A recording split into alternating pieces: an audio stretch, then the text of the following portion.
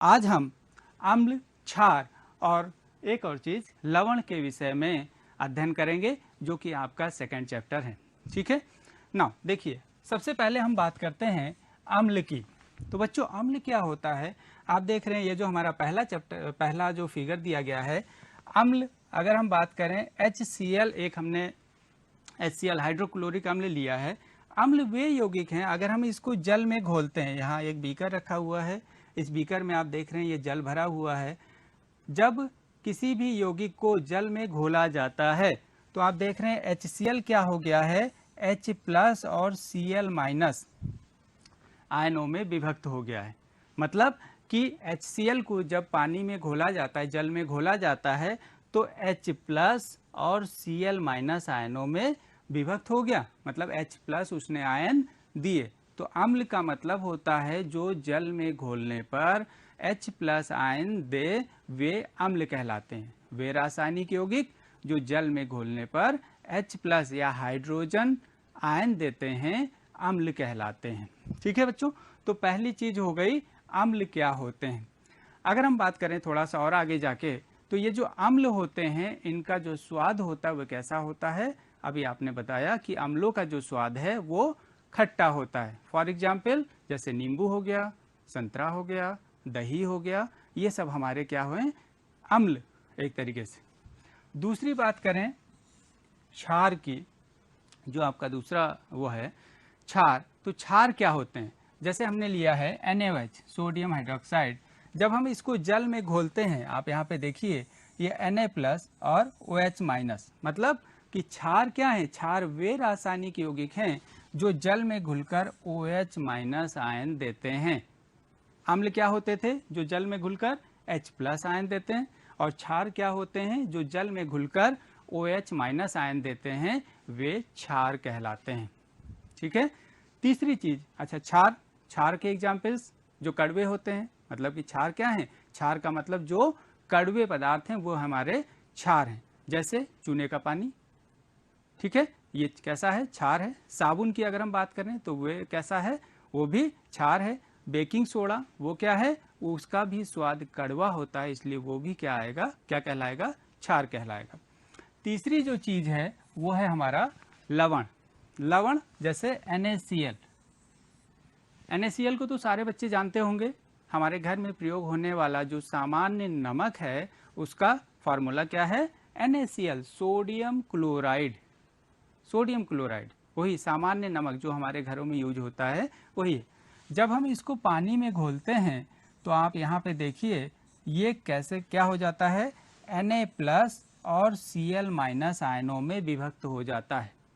आप यहाँ देख रहे हैं बच्चों कि यहाँ पे ना तो H प्लस आयन ना OH माइनस आयन, मतलब ना तो ये अम्ल है ना ये क्षार है, बल्कि अब हम इसको क्या कहेंगे? लवण कहेंगे। क्यों? क्योंकि ना तो ये खट्टा होता है और ना ही ये कड़वा होता है। ठीक है, तो ये हो गए अम्ल, क्षार और लवण। आगे बढ़ते हैं। अब हम देखते हैं कि अम्ल क्या होते हैं। सबसे थोड़ा सा और विस्तृत रूप में इसको देखेंगे कि अम्ल क्या होते हैं। तो पहली चीज जो हमने आपको बताया कि अम्ल एक रासायनिक यौगिक हैं जो जल में घुलकर, आप देखिए यहाँ पे क्या लिखा हुआ है? H प्लस आयन देते हैं। मतलब अम्ल जल में घुलकर H प्लस आयन देते हैं। दूसरी चीज, अम्लों का जो pH मान होता है, हम इसको अभी और आगे भी पढ़ेंगे pH मान को विस्तृत रूप से, ये 7 से कम होता है। अम्लों का pH मान 7 से कम होता है। अगर हम अम्ल की बात करें तो अम्ल लैटिन भाषा के शब्द एसियर से लिया गया है, जिसका मतलब ही क्या होता है? खट्टा होता है। तो अम्ल चूंकि खट्टे होते हैं और वो लैटिन भाषा के किससे लिया गया है? एसियर से लिया गया है। अम्लों का स्वाद खट्टा, जैसे कि आपने बताया नींबू, दही, संतरा, ये सब अम्ल हैं। और एक और मेन बात, सबसे महत्वपूर्ण जो बात है अम्लों के बारे में, वो क्या है कि ये हमारे नीले लिटमस को लाल कर देते हैं। सबसे मेन चीज यहाँ पे देखिए, अम्ल नीले लिटमस को लाल कर देते हैं। तो ये हो गए हमारे अम्ल। नेक्स्ट, आप यहाँ पे चित्र में भी देख रहे हैं। नेक्स्ट है हमारा क्षार। क्षार क्या है? क्षार एक रासायनिक यौगिक हैं जो जल में घुलकर OH माइनस आयन देते हैं। अम्ल H+ आयन देते थे और जो क्षार हैं वो OH- आयन देते हैं। दूसरी चीज जो क्षार की सबसे महत्वपूर्ण है, अम्लों का जो pH मान होता था वो 7 से कम होता था, लेकिन क्षार का जो pH मान है वो 7 से अधिक होता है। ठीक है। तीसरी चीज क्षारों में, क्षारों का स्वाद कैसा होता है? अभी आपने बताया कि क्षारों का जो स्वाद है वो कड़वा होता है, जैसे साबुन हो गया, हैंड वॉश हो गया, और भी बहुत सारी चीजें अभी आपने बताई कि इन सब का जो स्वाद होता है अगर हम इसको चखें तो ये कैसा होगा? कड़वा होगा। और सबसे महत्वपूर्ण बात इसमें भी, क्षार जैसा अम्ल क्या करते थे? नीले लिटमस को लाल कर देते थे, लेकिन क्षार जस्ट अपोजिट करेंगे, क्या? ये लाल लिटमस को नीला कर देते हैं। ठीक है बच्चों, तो अम्ल आपने जाना, क्षार जाना। अब सबसे महत्वपूर्ण चीज तीसरी, ये है आपकी लवण। साधारण नमक, इसको हम लवण कह सकते हैं, है ना। तो साधारण आप लवण की बात करें, NaCl लवण है, इसको जल में घोलते हैं तो Na+ और Cl- आयनों में विभक्त हो जाता है। मतलब अम्ल और क्षार को जब हम मिलाते हैं तो हमें क्या प्राप्त होता है? लवण प्राप्त होता है।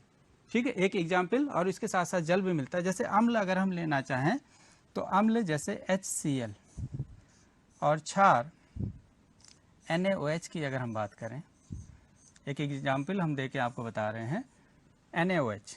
ठीक है, ये O बड़ा है, NaOH। अम्ल को हम लेते हैं HCl और क्षार की अगर हम बात करें तो ये हो गया NaOH की अगर हम क्रिया कराते हैं तो देखिए क्या होगा, यहाँ पे Na और ये Cl मिलके बन जाएगा NaCl, और प्लस इधर आप देख रहे हैं ये OH और ये जो H है ये मिलके बना देगा जल।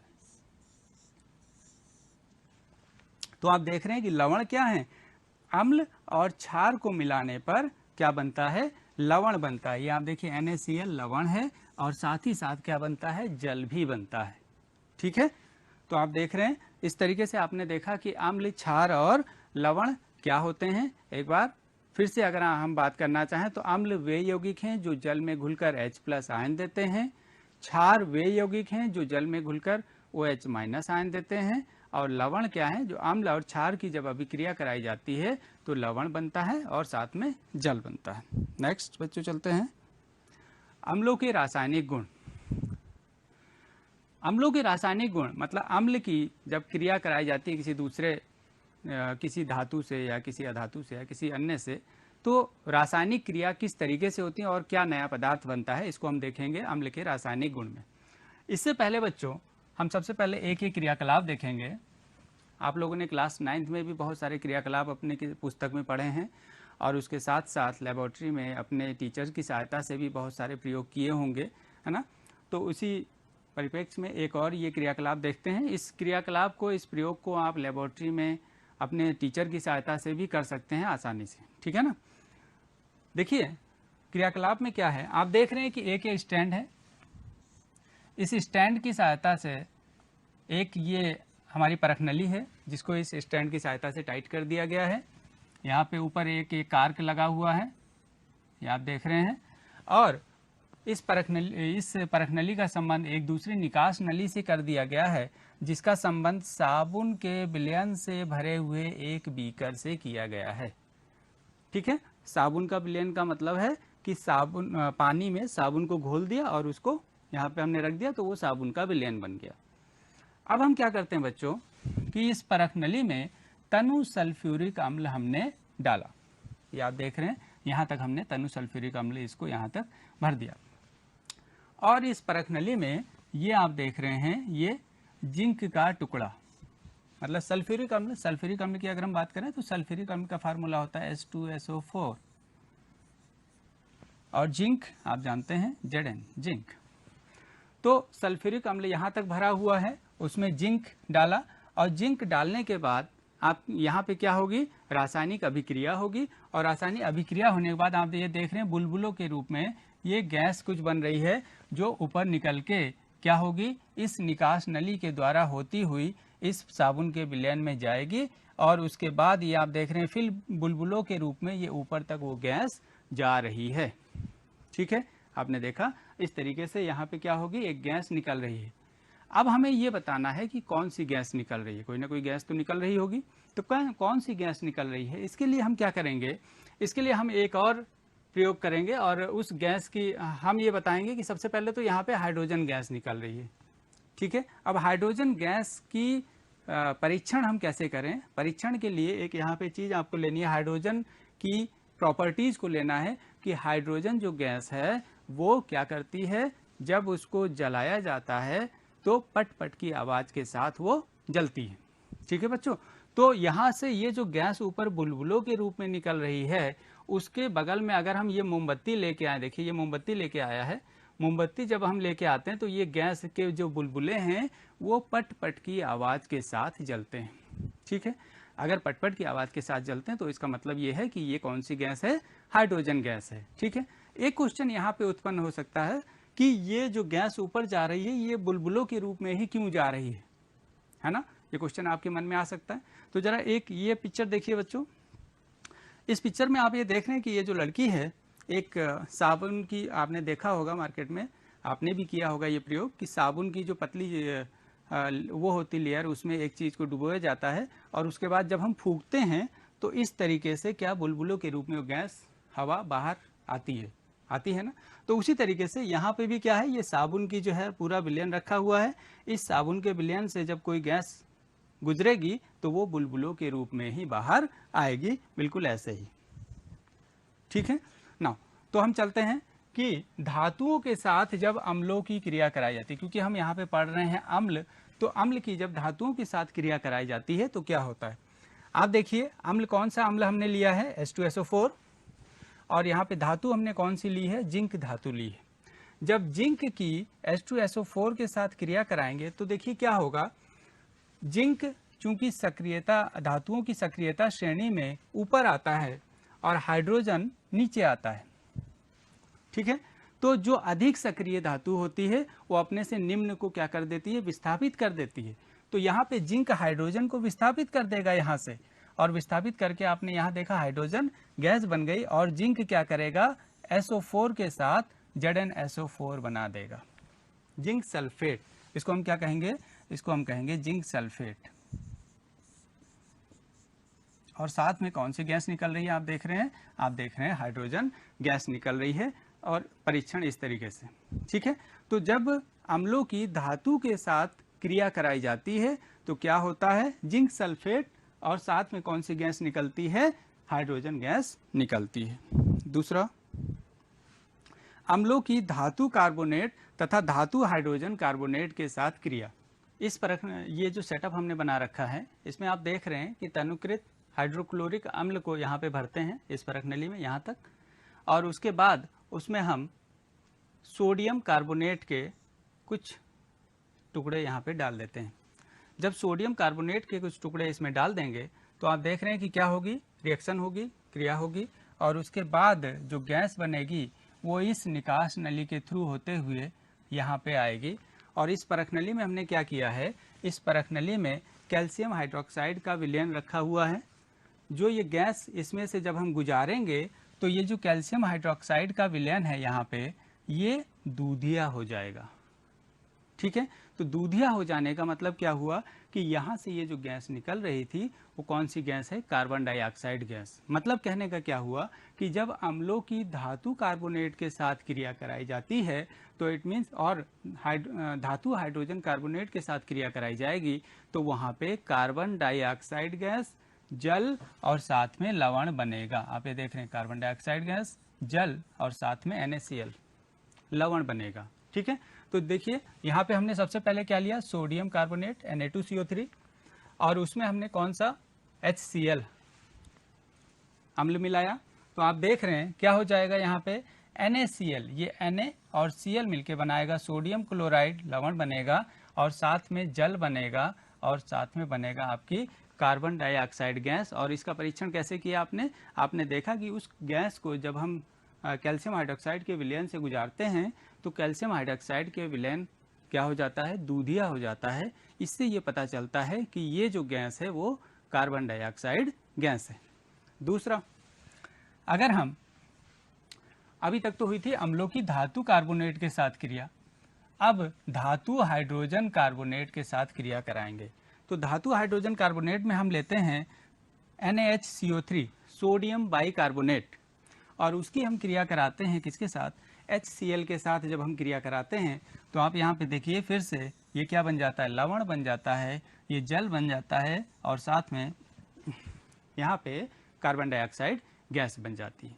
तो इट मीन्स जब अम्लों की धातु का हाइड्रोजन कार्बोनेट के साथ और धातु कार्बोनेट के साथ क्रिया कराई जाएगी तो लवण, जल और कार्बन डाइऑक्साइड गैस बनेगी। तीसरी जो है वो है आपकी उदासीनीकरण अभिक्रिया।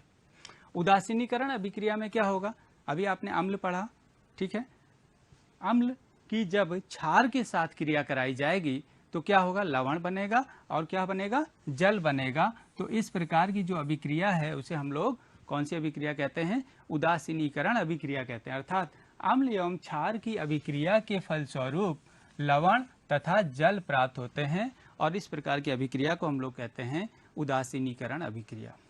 नेक्स्ट, अम्लों की धात्विक ऑक्साइड के साथ क्रिया। अम्लों की धात्विक ऑक्साइड के साथ जब हम क्रिया कराते हैं तो भी क्या बनता है बच्चों, लवण बनता है और साथ में जल बनता है। तो देखिए अम्ल कौन सा अम्ल है, HCl लिया, और धात्विक ऑक्साइड का मतलब CuO। Cu क्या है, Cu आपका है कॉपर, O के साथ कॉपर ऑक्साइड हो गया।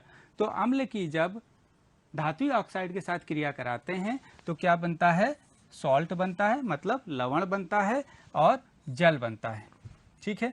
उसी तरीके से यहाँ पे एक और दूसरा धात्विक ऑक्साइड लेते हैं, मैग्नीशियम ऑक्साइड। जब हम मैग्नीशियम ऑक्साइड की HCl के साथ क्रिया कराएंगे तो यहाँ पे क्या बनेगा, Mg और Cl के साथ मिलके बन जाएगा MgCl2, और उसके साथ ही बनेगा क्या आपका जल, मतलब ये देखिए वाटर बन गया, ठीक है। अब यहाँ पे सबसे महत्वपूर्ण जो बात याद रखनी है, जो ध्यान रखनी है, वो आप देख रहे हैं कि जब हम धात्विक ऑक्साइड की अम्ल के साथ क्रिया करा रहे हैं तो क्या बन रहा है, लवण बन रहा है। इसका मतलब ये है कि ये जो धात्विक ऑक्साइड है ये किसकी तरह कार्य कर रहा है, यहाँ पे क्षार की तरह कार्य करता है। क्यों, क्योंकि ये अम्ल के साथ मिलकर लवण बना रहा है, और ये तभी संभव है जब अम्ल और क्षार की क्रिया आपस में हो, ठीक है। नाउ आगे चलते हैं। टाइप्स ऑफ द एसिड्स, अम्लों के प्रकार। अम्ल दो प्रकार के होते हैं, प्रबल अम्ल और दुर्बल अम्ल। प्रबल अम्ल का मतलब जब ये पानी में वियोजित होकर पूरी तरीके से H+ आयन देते हैं तो उन्हें प्रबल अम्ल कहते हैं। जैसे HCl है आपका, HCl क्या होता है, जब ये वियोजित होता है तो H+ और Cl- आयनों में विभक्त हो जाता है। तो इट मीन्स यहाँ पे क्या किया, इसने H+ आयन दिया। दूसरा है दुर्बल अम्ल। दुर्बल अम्ल क्या होते हैं, ये भी पानी में वियोजित होते हैं लेकिन पूरी तरीके से वियोजित नहीं हो पाते हैं। H+ आयन ये भी देते हैं लेकिन पूरी तरीके से वियोजित न हो पाने के कारण इनको क्या कहा जाता है, दुर्बल अम्ल कहा जाता है। और इसको इस तरीके से दिखाया जाता है बच्चों,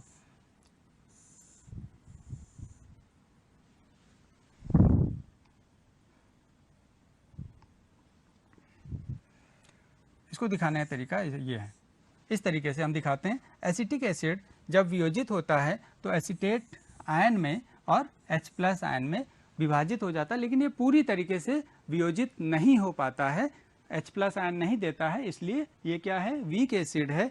और ऊपर आपने देखा HCl क्या है, ये प्रबल एसिड है, प्रबल अम्ल है। क्षारों के रासायनिक गुण, अगर हम क्षारों के रासायनिक गुण की बात करें, सबसे पहला धातुओं के साथ क्रिया। जैसा कि हमने पीछे एक आपने देखी थी ये क्रियाकलाप, उसी तरीके से यहाँ पे भी है। यहाँ पे क्या करेंगे, क्षार आप लेंगे इस परख नली में यहाँ तक, और क्रिया किसके साथ कराएंगे, बिल्कुल वही सेम आपने जो पीछे क्रियाकलाप किया था बिल्कुल वही है।